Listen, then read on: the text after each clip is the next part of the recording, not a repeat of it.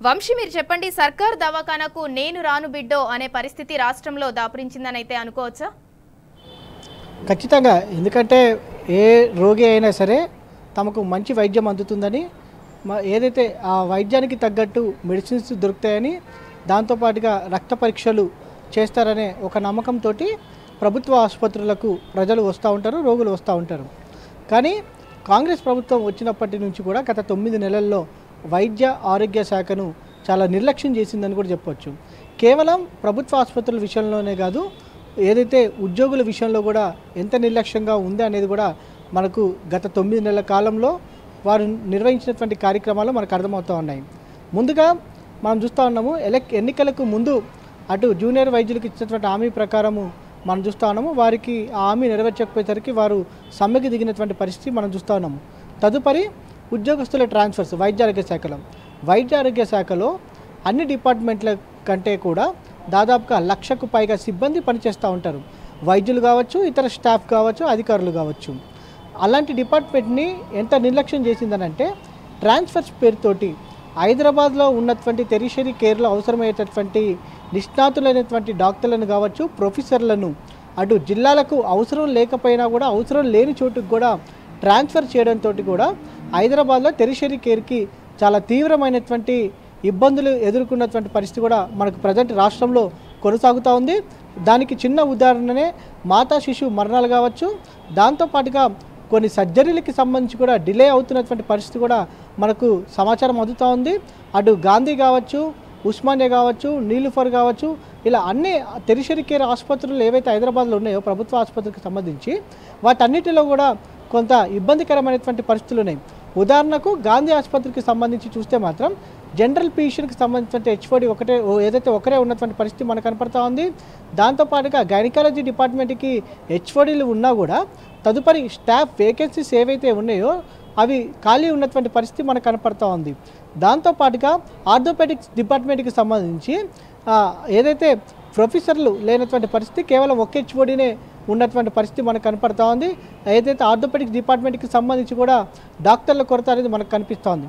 దీంతోపాటుగా ఉస్మానియా ఆసుపత్రికి సంబంధించి కూడా వైద్యుల కొరత కూడా కనిపిస్తూ ఉంది. ఈ ప్రొఫెసర్స్ లేకపోవడంతో కూడా ఫ్యాకల్టీ అనేది ఇబ్బంది ఏర్పడటంతో కూడా ఏదైతే ఈ వచ్చే నెలలో ఉండబోయేటటువంటి మెడికల్ కౌన్సిల్ ఆఫ్ ఇండియా ఏదైతే పరిశీలనకు సంబంధించి కొంత ఇబ్బందికరమైనటువంటి పరిస్థితులు ఉండే అవకాశం ఉంటుంది. పీజీ సీట్లు కూడా తగ్గే అవకాశం ఉంటుందని కూడా బాహాటంగా వైద్యులు మనతో మాట్లాడుతున్నటువంటి పరిస్థితి కూడా మనకు కనిపిస్తూ ఉంది. దాంతోపాటుగా కేవలం హైదరాబాదే కాకుండా పలు జిల్లాల్లో ఉన్నటువంటి మెడికల్ కాలేజీలకు సంబంధించి కూడా ఏదైతే స్టాఫ్ రిక్రూట్మెంట్కి సంబంధించి కూడా కొంత నిర్లక్ష్యం కొనసాగుతూ ఉంది. దాంతోపాటుగా స్టాఫ్ నర్సులకు సంబంధించినటువంటి ట్రాన్స్ఫర్స్ విషయంలో గందరగోళం నెలకొన్నటువంటి పరిస్థితి కూడా మనం చూస్తూ ఉన్నాము. 1, 2 కాదు, అన్ని రకాలుగా వైద్యారోగ్య శాఖకు సంబంధించినటువంటి అన్ని విషయాల్లో కూడా కొంత ఫెయిల్యూర్ మాత్రం మనకు చాలా స్పష్టంగా కనిపిస్తూ ఉంది.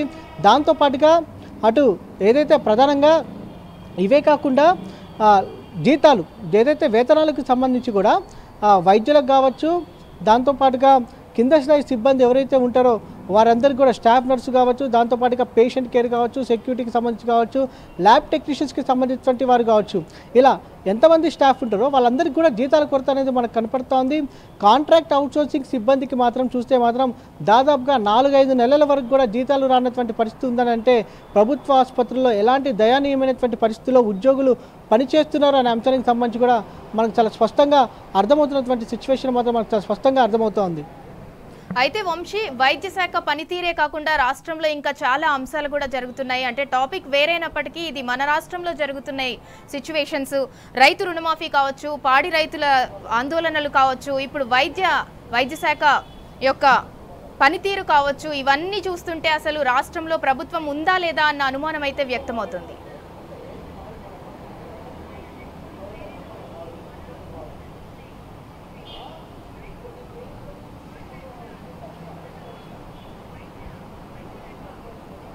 వంశీ,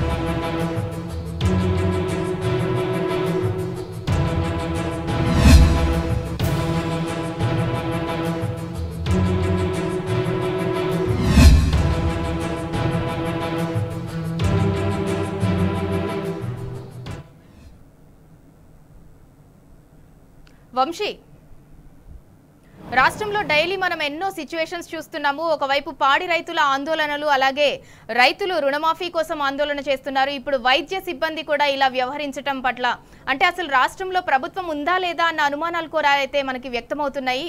ఏమంటారు?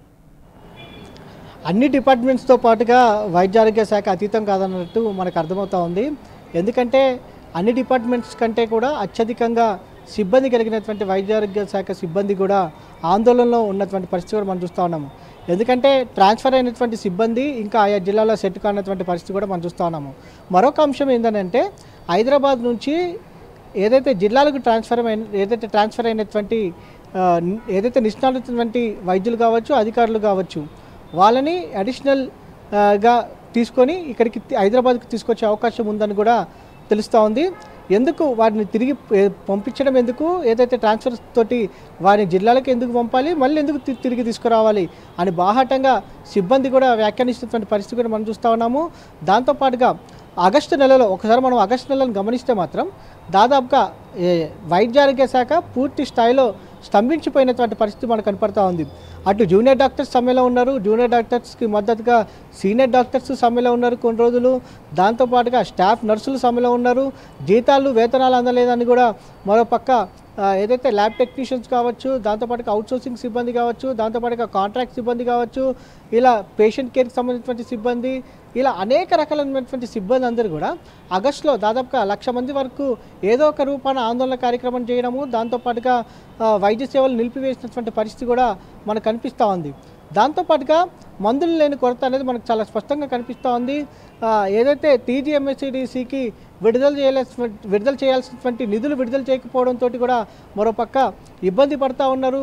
ఏదైతే వారు సప్లై చేసేటువంటి సెంటర్స్ ఏవైతే ఉంటాయో, మెడిసిన్స్కి సంబంధించి ఆసుపత్రులు ఏవైతే ఉంటాయో, అక్కడికి వచ్చేటువంటి రోగులు మందులు లేక చాలా ఇబ్బందులు కనిపిస్తూ ఉంది.